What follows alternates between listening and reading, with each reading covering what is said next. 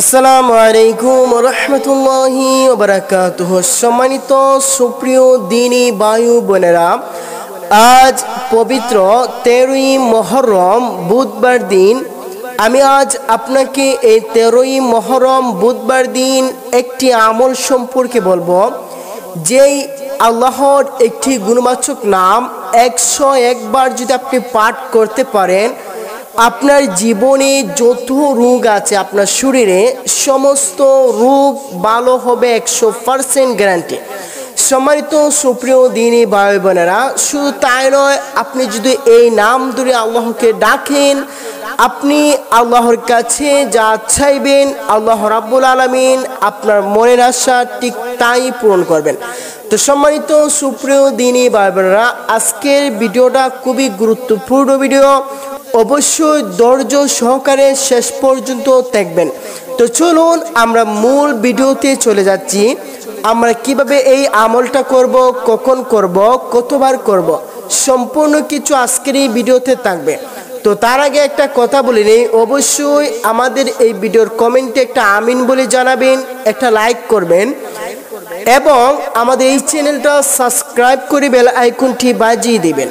তো সম্মানিত সুপ্রিয় দিনী ভাই বোনেরা, চলুন আমরা মূল ভিডিওতে চলে যাচ্ছি।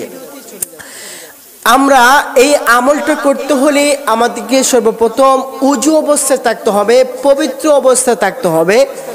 আমরা এই আমলটা করতে হলে প্রত্যেক ফরজ নামাজের পরে আমলটা করতে হবে।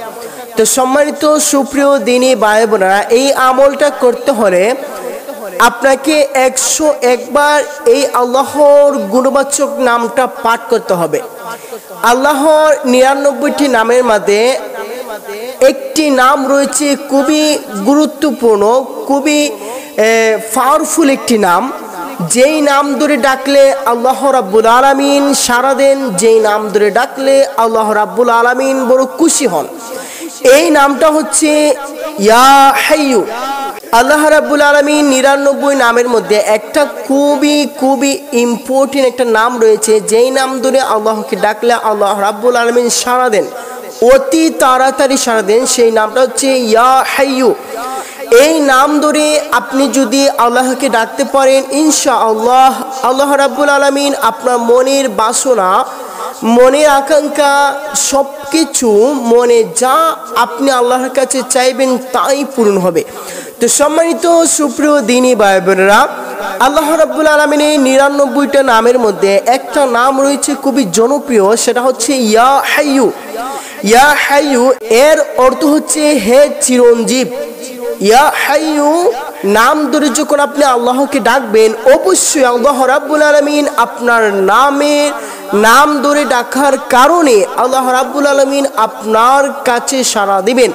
তো সম্মানিত সুপ্রিয় দিনী ভাই বোনেরা, আমলটা কিভাবে করবেন? সর্বপ্রথম আপনি প্রত্যেক ফরজ নামাজের পর আপনি বৈঠকে বসে উজু অবস্থায় এই আমলটা করবেন।